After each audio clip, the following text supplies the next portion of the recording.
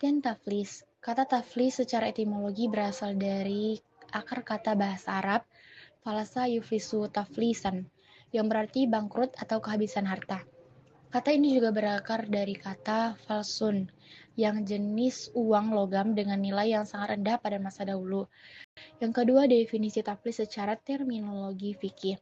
Dalam istilah fikih, taflis merujuk kepada keputusan pengadilan atau hakim syar'i yang menyatakan seseorang sebagai muflis, yakni orang yang telah mengalami kebangkrutan secara finansial. Dasar hukum taflis. Yang pertama ditemukan dalam Al-Quran dalam surah Al-Baqarah ayat 280. Ayat ini menekankan pentingnya memberi kelonggaran kepada orang yang berutang dan mengalami kesulitan dalam membayar utangnya.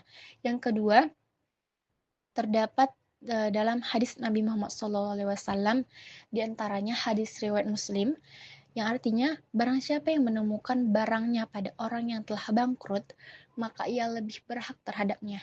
Hadis ini menunjukkan bahwa dalam kasus kepailitan, kreditur memiliki hak untuk mengambil kembali barangnya jika masih dalam keadaan utuh. Akibat hukum muflis. Ketika seseorang dinyatakan sebagai muflis, terdapat beberapa akibat hukum yang berlaku, yaitu ada 4. Yang pertama, pembatasan hak atas harta.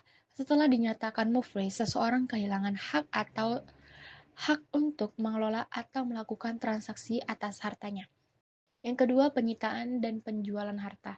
Setelah keputusan taflis ditetapkan, seluruh harta si muflis akan dikumpulkan, disita, dan dihitung secara cermat.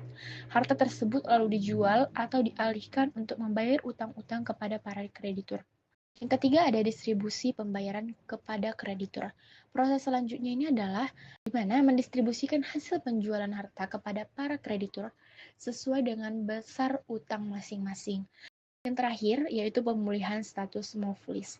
Setelah seluruh proses penyelesaian utang selesai, atau setelah melalui waktu tertentu, muflis dapat mengajukan permohonan untuk mengembalikan hak-haknya. Hakim dapat memulihkan hak kepemilikannya jika muflis menunjukkan itikat baik. Pengertian Al-Hajar. Konsep Al-Hajar dalam Islam secara bahasa berarti melarang, mencegah, atau menghalangi. Sedangkan secara istilah, dalam konteks hukum Islam, Al-Hajar merujuk pada tindakan pembatasan atau pencegahan seseorang melakukan tindakan hukum tertentu, terutama terkait dengan pengelolaan harta. Hukum Al-Hajar. Dasar hukum Al-Hajar dalam Islam bersumber dari Al-Quran dan Sunnah atau hadis Nabi Muhammad SAW serta istihad atau pendapat para ulama, yang dimana dalam Al-Quran dijelaskan pada surah An-Nisa ayat 5, sedangkan pada sunnah atau hadis Nabi terdapat beberapa hadis yang menjadi landasan diperbolehkannya Al-Hajar dalam kondisi tertentu. Di antaranya adalah hadis mengenai Mu'az bin Jabal yang ditahan hartanya oleh Nabi SAW karena terlilit hutang. Hikmah mempelajari Al-Hajar. Yang pertama, melindungi kemaslahatan diri. Yang kedua, melindungi hak orang lain. Yang ketiga, mencegah kerugian. Yang keempat, memastikan pengelolaan harta yang adil. Serta yang kelima, bentuk kasih sayang Allah Subhanahu wa Ta'ala.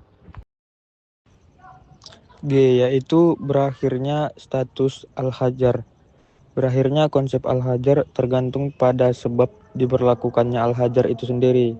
Berikut penjelasannya berdasarkan jenisnya. 1. Al-Hajar karena belum dewasa atau belum balik. Berakhirnya setelah orang tersebut mencapai usia balik dan dinyatakan berakal serta mampu bertindak secara bijak ataupun rushd. Dalil itu ada Quran Surah An-Nisa ayat 6 menyebutkan bahwa anak yatim diuji dahulu sebelum diserahkan hartanya. Yang kedua, Al-Hajar karena gila atau sakit jiwa. Berakhirnya itu setelah orang tersebut sembuh dan kembali memiliki akal sehat. Kesimpulannya itu, taflis adalah kondisi seseorang yang hartanya tidak cukup untuk melunasi utang-utangnya, sehingga ditetapkan sebagai muflis ataupun pailit. Al-Hajar adalah larangan terhadap seseorang untuk mengelola atau menggunakan hartanya karena adanya alasan syar'i tertentu.